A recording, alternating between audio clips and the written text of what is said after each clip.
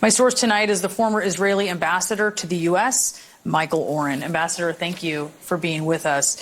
And President Trump, he wasn't willing to say, right, that the U.S. would strike Iran's nuclear facilities. That is, of course, what Israel has long pushed for. What do you expect the U.S. to do if discussions fail? Well, one thing that President Trump has done, to be honest, he put the military option back on the table.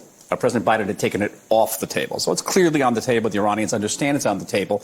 But also, according to the reports tonight, for the first time, as you said, in a decade, direct talks between the United States and Iran, because during the Biden administration, the talks were indirect. So that is already a step, well, from the Iranian perspective, a step forward. Though we should say that the Iranians are kind of denying that they're direct right. tonight. The Iranian foreign minister is saying that these are indirect high-level talks. So that's a different story. What do you make of that? It's a different story, but the essence is that there's talks.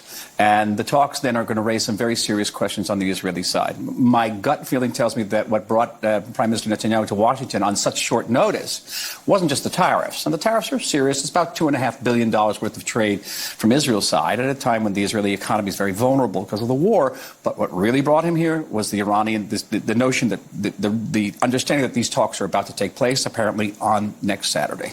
And there are three major questions that Israel is going to be asking. How long the talks are going to go on for?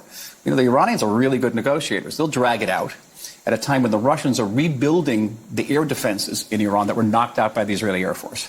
Big question. Second one is, what's the goal of the talks?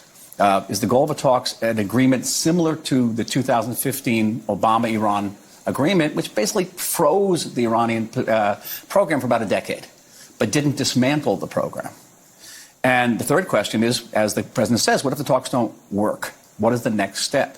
Will the United States then support Israeli military action against Iran to stop that program? Will the United States join in that military action? As the president seems to intimate, that would be the case. But these are crucial questions that Israelis will look to get answers from the White House. Why do you think the Trump administration could strike a better deal than the Obama administration? Well, first of all, because of the credible military threat. Obama had all options on the table, you remember. But I don't think people actually believed it. I think that now with the United States bombing the Houthis the way they have, that's sending a message to Iran, a rather unequivocal message that this administration is willing to use force to a degree that previous administrations, certainly to previous Democratic administrations, were unwilling to use that type of force. And the Iranians are aware. How should we say this? This president is not predictable in that way. And that Iranians like predictability.